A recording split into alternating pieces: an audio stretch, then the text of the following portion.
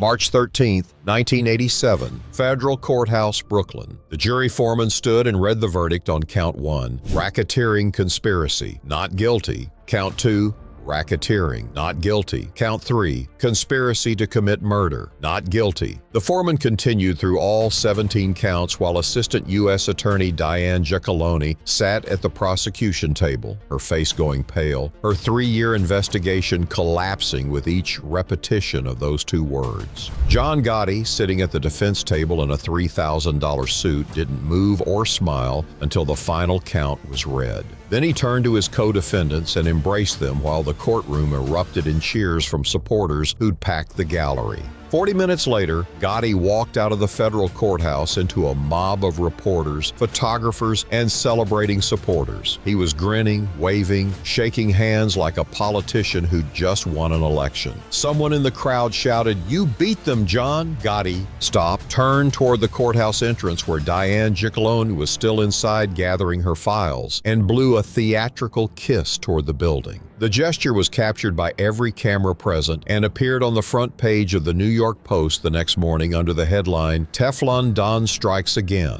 Diane Giacalone had spent 3 years building what she believed was an unbeatable case against John Gotti. She'd compiled thousands of pages of evidence, dozens of witnesses, surveillance documentation, proving Gotti ran a criminal enterprise through the Bergen Hunt and Fish Club in Queens. She'd promised her superiors and the media that this trial would put Gotti away for life. She'd staked her entire career on destroying the man who'd become New York's most visible gangster. And in less than 3 weeks of deliberation, a jury had demolished everything she'd built, handing Gotti the kind of courtroom victory that would make him seem invincible and embolden him to operate even more brazenly for the next 5 years. Diane Giacalone was 33 years old in 1984 when she began investigating John Gotti, and she was exactly the kind of prosecutor the FBI feared would screw up a major organized crime case. She was young, ambitious, aggressive, and convinced she could accomplish what older, more experienced prosecutors had failed to do: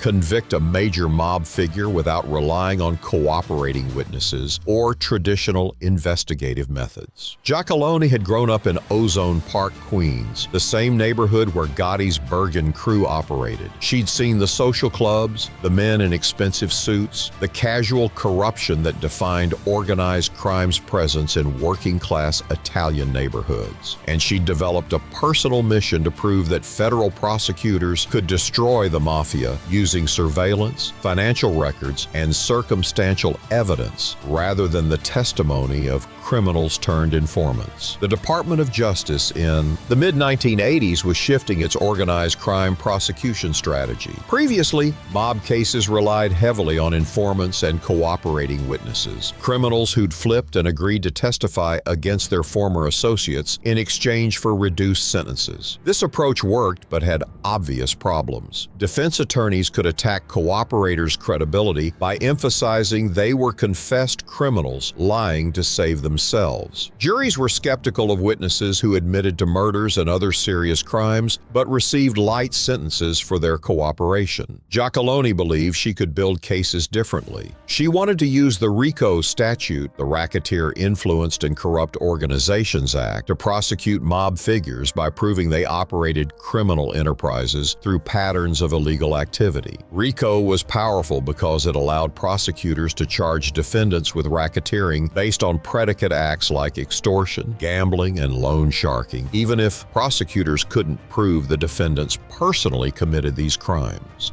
The theory was that bosses and high-ranking members directed criminal activity through underlings, and RICO made them responsible for the enterprise's actions. In theory, this approach should have worked perfectly against John Gotti. By 1984, Gotti was a made member of the Gambino crime family and captain of the Bergen crew, which operated openly out of a social club in Ozone Park. The crew ran gambling operations, loan sharking, truck hijacking, and various other traditional mob rackets. They generated millions annually and paid tribute up to family leadership. Gotti himself was becoming increasingly visible. Expensive suits, public appearances, a growing reputation as a rising star in the Gambino organization. Giacalone began her investigation by establishing surveillance on the Bergen Hunt and Fish Club. FBI agents photographed everyone who entered and left, documented their activities, and built a database of Bergen crew members and associates. The surveillance continued for months, accumulating thousands of photos and hundreds of hours of observation notes. Giacalone also obtained financial records for Gotti and his top associates, tracking income sources and looking for evidence of unreported criminal proceeds. The investigation expanded to include testimony from legitimate business owners who'd been victimized by Bergen crew extortion. Giacalone found bar owners who'd been forced to pay protection money, construction companies that had been shaken down, bookmakers who'd been driven out of business or forced to work for Gotti's gambling operations. These witnesses could testify about specific criminal acts, and their testimony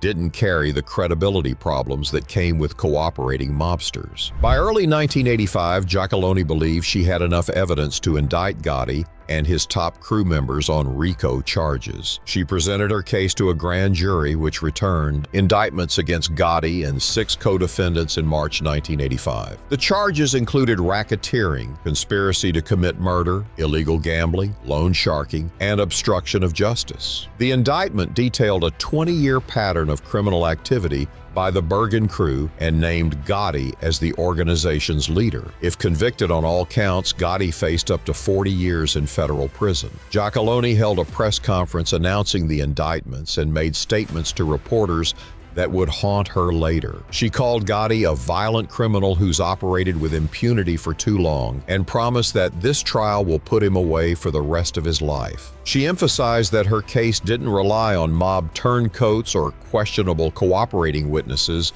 but on solid documentary evidence and testimony from legitimate victims. The message was clear. This time, Gotti couldn't wriggle free through jury intimidation or witness tampering because the case was too strong and the evidence too overwhelming. The media loved the narrative. Young, aggressive female prosecutor takes on charismatic mob captain in a battle that would determine whether the justice system could finally break the mafia's power. Giacalone appeared on news programs and gave interviews, building her profile and increasing pressure on herself to deliver the conviction she'd promised. The publicity was exactly what experienced prosecutors avoid when building mob cases, but Giacalone believed confidence and visibility would work in her favor. What Giacalone didn't fully appreciate was that John Gotti had been preparing for this kind of prosecution his entire criminal career. Gotti understood courtrooms, juries, and the American legal system's weaknesses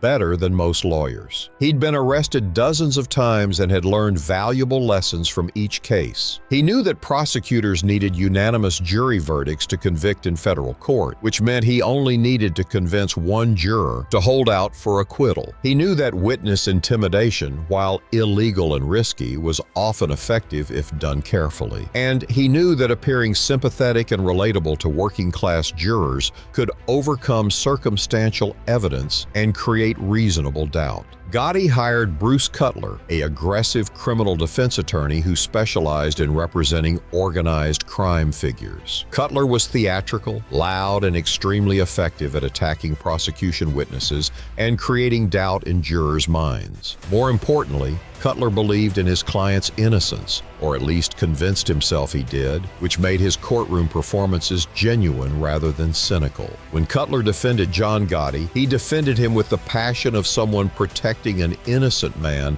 rather than a career criminal. The trial began in September 1986 at federal court in Brooklyn. Giacalone presented her case methodically, calling witnesses who testified about Bergen crew criminal activities, introducing surveillance photos showing Gotti and co-defendants meeting at the social club, and presenting financial records suggesting unreported income from illegal sources. The case was circumstantial but comprehensive, painting a picture of Gotti as the leader of a criminal organization that had operated for decades. But almost immediately, problems emerged. Several of Giacaloni's key witnesses developed memory problems on the witness stand. Business owners who'd previously told investigators about paying extortion money suddenly couldn't remember details or claimed they'd been mistaken. One witness admitted under cross-examination that he'd been confused and that the Bergen crew hadn't actually threatened him. Another witness recanted entirely,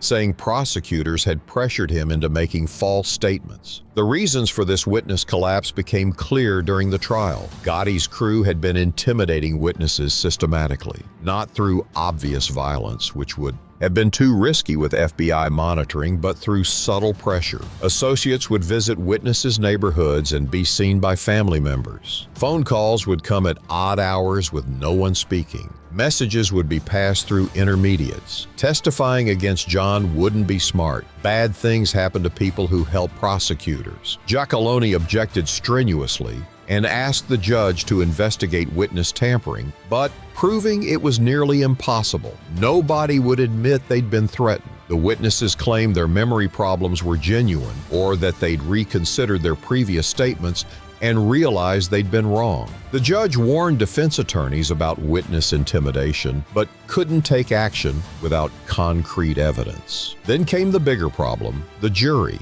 During the trial, prosecutors noticed unusual behavior. One juror seemed to make eye contact with Gotti frequently and smile. Another juror appeared to fall asleep during prosecution testimony but remained alert during defense presentations. Giacaloni requested investigations into potential jury tampering, but again, proving it required evidence that didn't exist. What prosecutors didn't know until years later, when cooperating witnesses revealed the truth, was that Gotti had successfully compromised the jury foreman. George Pape, a 60-year-old building contractor who'd been selected as foreman, was approached by Gambino family associates and offered $60,000 to vote for acquittal and convince other jurors to do the same. Pape accepted, though whether he was bribed or intimidated or both remains unclear. During deliberations, which lasted nearly 3 weeks, Pape systematically argued for acquittal on every count. He questioned the credibility of prosecution witnesses,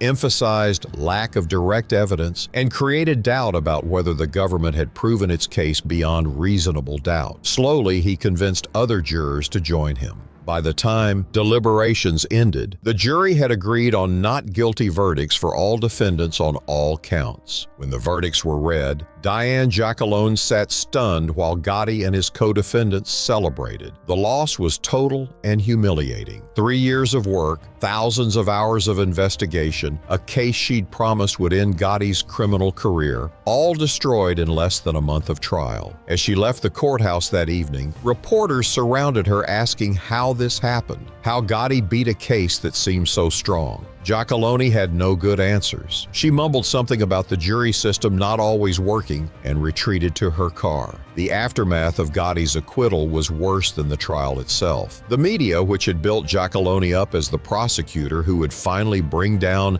a major mobster, now turned on her savagely. Articles questioned her judgment, her trial strategy, her decision to prosecute before the case was truly ready. Legal analysts suggested she'd been overconfident and underestimated both Gotti's defense capabilities and the challenges of convicting mobsters without cooperating witnesses. Giacaloni's career never recovered. She remained with the U.S. Attorney's Office for several more years, but was never given another high-profile organized crime case. Her superiors had lost confidence in her judgment and her ability to handle the pressure of major trials. She eventually left prosecution entirely and went into private practice. The Gotti trial defined her career in the worst possible way, not as the prosecutor who built a strong case, but as the one who promised victory and delivered total defeat. For John Gotti, the acquittal was transformative. He'd beaten the federal government in a major RICO prosecution, something that was supposed to be nearly impossible. The victory made him a celebrity in New York's underworld and beyond. The nickname Teflon Don stuck because charges literally literally wouldn't stick to him. He became more visible, more confident, more willing to operate openly because he believed he'd figured out how to beat the system. In December 1985, just months after being indicted by Giacalone, Gotti orchestrated the assassination of Paul Castellano and seized control of the Gambino family. The timing wasn't coincidental. Gotti used the pending trial as cover for his coup, calculating that prosecutors and FBI agents focused on the RICO case wouldn't notice planning for Castellano's murder. After Castellano's death, Gotti became boss and immediately began consolidating power. The acquittal in March 1987 validated Gotti's approach. He'd killed the previous boss, taken control of the most powerful crime family in New York, and beaten a federal prosecution that was supposed to destroy him. From Gotti's perspective and the perspective of everyone watching, he'd proven himself smarter and tougher than law enforcement. He could do whatever he wanted without consequences. This confidence led to an increasingly brazen behavior. Gotti held court at the Ravenite Social Club in Little Italy, conducting family business openly, meeting with capos and soldiers in public restaurants, appearing at high-profile events. He wore expensive custom suits and cultivated a public image as a charismatic gangster who represented old-school mafia values. The media ate it up. Magazine profiles portrayed Gotti as a Robin Hood figure, a neighborhood hero who'd risen from poverty through toughness and intelligence. But the acquittal also planted seeds of Gotti's eventual destruction. The FBI and Department of Justice were humiliated by the loss. They'd built what they thought was a strong case and gotten destroyed by jury tampering and witness intimidation. This motivated a massive escalation in resources devoted to investigating Gotti. The FBI assigned dozens of agents specifically to Gotti surveillance. They planted listening devices in the Ravenite Social Club. They tapped phones, followed associates, analyzed financial records with unprecedented thoroughness. More importantly, prosecutors learned from Giacalone's mistakes. They realized that cases against high-level mobsters couldn't rely solely on circumstantial evidence and reluctant civilian witnesses. They needed insider testimony from people who'd participated in crimes with Gotti. This meant they had to flip someone close to him, someone who could testify about murders and other serious crimes from direct personal knowledge. The agent of Gotti's eventual downfall was already in place during the 1987 trial, Sammy "the Bull" Gravano, who would become Gotti's underboss and closest advisor. Gravano watched Gotti beat the 1987 case and understood what it meant. Gotti seemed untouchable, but Gravano also noticed something that would matter later. Gotti talked too much. In meetings, in social settings, in situations where more cautious mobsters stayed quiet, Gotti couldn't resist discussing family business, commenting on criminal operations, and generally providing evidence against himself through his own words. In 1989, the FBI successfully bugged the apartment above the Ravenite Social Club, where Gotti conducted sensitive meetings. For months, they recorded Gotti discussing murders, criminal operations, and family politics. The recordings were devastating. Gotti's own voice providing direct evidence of criminal activity.